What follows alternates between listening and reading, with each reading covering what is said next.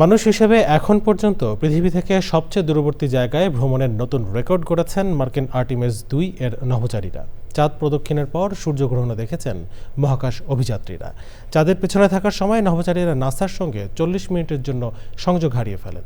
সোমবার রাতে তারা চন্দ্রযানটিকে বাড়ির দিকে ফেরান। বিস্তারিত জানাচ্ছেন আমিনা রহমান সুপ্তি। 200-র বেশি সার্ভিস ও ফিচারে লেনদেনের সব বিকাশ অ্যাপে সম্ভব। রেকর্ড দূরত্ব, আলোর তীব্রতা এবং বিশেষ কক্ষপথের কারণে আর্টিমিস-2 এর মহাকাশচারীরা এমন সব দৃশ্য দেখেছেন যা কোনো মানুষ আগে কখনো দেখেনি। নাসা জানিয়েছে, চাঁদের এমন দুর্লভ অংশ দেখার পাশাপাশি পৃথিবীরও চমৎকার কিছু দৃশ্য ধারণ করেছেন নভোচারীরা।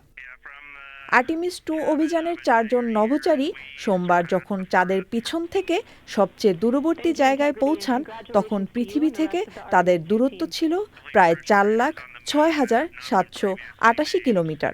এর আগে পৃথিবী থেকে এত দূরে কোনো মানুষ ভ্রমণ করেনি। এর মধ্যে দিয়ে নতুন রেকর্ড গড়েছে আর্টিমিস-2 অভিযান। তাদের বহনকারী ওরিয়ন মহাকাশযানটি যখন চাঁদের পেছন দিকে যায়, তখন পৃথিবীর সঙ্গে তাদের যোগাযোগ প্রায় 40 মিনিট বন্ধ থাকে। ওই অংশ ঘুরে আসার পর নিয়ন্ত্রণ কক্ষের সঙ্গে তাদের আবারও যোগাযোগ স্থাপন হয়। মার্কিন মহাকাশ গবেষণা সংস্থা নাসার আর্টিমিস-2 চন্দ্রাভিযানের অংশ হিসেবে সফলভাবে চাঁদের পেছনের অংশ ঘুরে আসা 4 নভোচারীকে অভিনন্দন জানিয়েছেন মার্কিন প্রেসিডেন্ট ডোনাল্ড ট্রাম্প। অরিয়ন মহাকাশযানে অবস্থানকারী ওই নভোচারীদের সঙ্গে ফোনে কথা বলেছেন তিনি।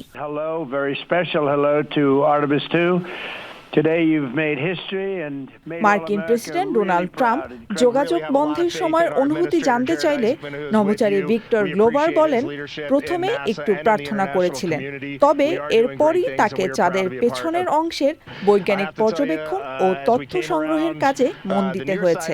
কমান্ডার রিড ওয়াইজম্যান বর্ণনা দেন কিভাবে তারা সূর্যগ্রহণ পর্যবেক্ষণ করেছেন। 4 জন মহাকাশচারী এখন পৃথিবীর দিকে ফিরে আসছেন এবং শনিবার বাংলাদেশ সময় রাত 5টা 7 মিনিটে তাদের যুক্তরাষ্ট্রের পশ্চিম উপকূলের অদূরে প্রশান্ত মহাসাগরে অবতরণ করার কথা রয়েছে। Amina Rahman Supti, channel I.